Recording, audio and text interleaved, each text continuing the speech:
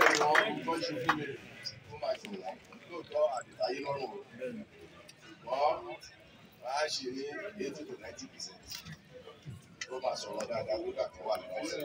Débi pé nígbà tó fẹ́ gbé wọn kúrò gan, aláàdúgbà abẹ́ kọ̀ọ̀rù sí gómìnà gba ìbápa pé rárá ẹ fi wọ́n sílẹ̀ fún wọn tẹ́ wa lọ́rùn. Àwọn ló wá sọ pé wọ́n lè ká máa wò ó rí ibi táwọn lọ náà àwọn adúdára bẹ́ẹ̀. Ọdún òlù ọ̀ní wá aláàdúgbà wọ́n lè á ṣí lọ́dọọdún tó jẹ́ pé wọ́n fi kúrò tó jẹ́ ìpínlẹ̀ lágbọ́n. Táwọn èèyàn tíráàbù káàkiri ni wọ́n á wù. Ọdún ìnìkan kí lọ́ rí ní òdù ìtumọ̀ ọdún gbogbo ẹ̀ ní àwọn tá à ń lọ lágbọ́n. Ẹ̀kọ́ dédé wá ń rí wọ́n lù ọmọ wa lásán oníṣẹ́ tí lù ṣe ó ní ohun tí ìjẹ́ àwọn ọlọ́gbé ètò yẹn lárugẹ títọ́ fi lọ tí ètò yẹn dẹ̀ ṣì wà tí ó kù. Ọlọ́wọ́ máa fún ṣe sí o ọpọlọ yóò dẹ̀ sí gbogbo ibi tí ẹ bá dá ọ lérí báyìí a máa yọrí sí ẹ̀rí bẹ́ẹ̀ ṣe ń káàkiri Ọlọ́run ní ìdálé yín ní bá ọ̀fọ̀ nílé yín o ẹ máa lọ ẹ máa bọ̀. Bẹ́ẹ̀ ni mo wá kí gbogbo àwọn tó fẹ́ díje bíi assembly wa rep wa deputy governor wa gbogbo yín mo kí ẹ káàbọ̀ sílùú Alágbàdo. Ìlú wa náà rí kò jù báyìí lọ ṣùgbọ́n Agbado Ìgbò àbágbàdo kí lọ́dún wọn. Ìgbò náà Agbado. Àwọn tó rẹ́jísà nínú Agbado ta rí lásán 71 polling booths láyé.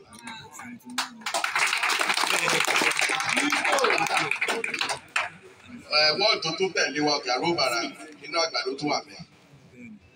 Ìjọba bá ń lọ sọ́nà àjùlọ lọ́dẹ màpàrà Agbado náà ọ̀dẹ̀ sínú Agbado wọ́ọ̀dù. Bẹ́ẹ̀ náà ni gbogbo wọ́ọ̀dù wà ní constituency wa yìí.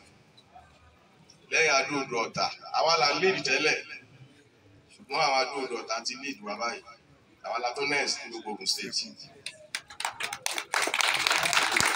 Bá a bẹ̀ ṣe ń tìrìbù wa nìyẹn. Ṣùgbọ́n ṣe ló ń ṣe wá láàánú pé a kì í rí èrè ìjọba jẹ. Ṣùgbọ́n a rí jẹ nípa gómìnà wa tó wà bíi lọ́wọ́lọ́wọ́ yìí.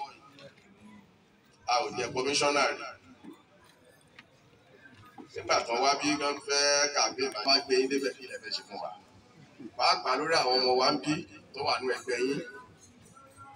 Torí pé lásìkò yìí olóṣèlú tí ò bá bá olówó lọ tún sí nínú páàkì tó kù lọ́wọ́ olóṣèlú gidi ni. Àwọn ọkọ̀ òtí ẹ̀ nìyẹn kátẹ́gùn ọdún kan àbí oṣù mẹ́fà kó fẹ́ sáwọn rárá má ti lọ di káàkiri. A lè sí owó ní àwọn wá ní báyìí tí wọ́n kó omi tán wà. Wọ́n ṣe ń pè wọ́n tó wọ̀n dáhùn. Àwọn olóṣèlú gidi ni ẹ dì wọ́n. Afẹ́fẹ́ compensate wọn. Compensate wa because two for local government. Àwọn gbogbo là ń jẹ́ ìfọ̀ local government. Ọba ní local government. Our constituency two are 70% of vote and anything, everything. Whether there's any generation, anything at the 70%. Báwa náà ni Ọlọ́run má fi àjẹ wá. Àwọn náà ni ó dàbẹ́ ní pé wọn kì í rántí tí wọ́n bá débẹ̀. Ọlọ́run á jẹ́ kí rántí wa o. Ọlọ́run jẹ́ ìgbàgbé wa o. Wá sí láwọn ẹ̀gbọ́n wá bí o. Aṣọ wà bí fìdérè wà àjẹmọ́ gbádùn. Èmi máa ń fẹ́ ẹni tó bá wá wájú wa tá a tẹ̀ máa lọ wo tálátì ẹ̀ lè wò tó bá bẹ̀rẹ̀ sí ní wù àbí tálá lè wọ́n lára. Báwo ló ń ṣe wà? Ètò àmà débi ẹ̀yà sì máa débi ẹ̀yà. Àṣẹ wà. Gbogbo ààrẹ orílẹ̀-èdè wa tá a fẹ́ dì ní lọ sátidé yìí. Ẹ̀dá tó máa ṣe wá láǹfààní tí gbogbo ìyà tí mẹ̀kúnnù ń jẹ àtàrà àdújẹ yìí tó máa dópin Ọlọ́run ní kó bá fi síbẹ̀.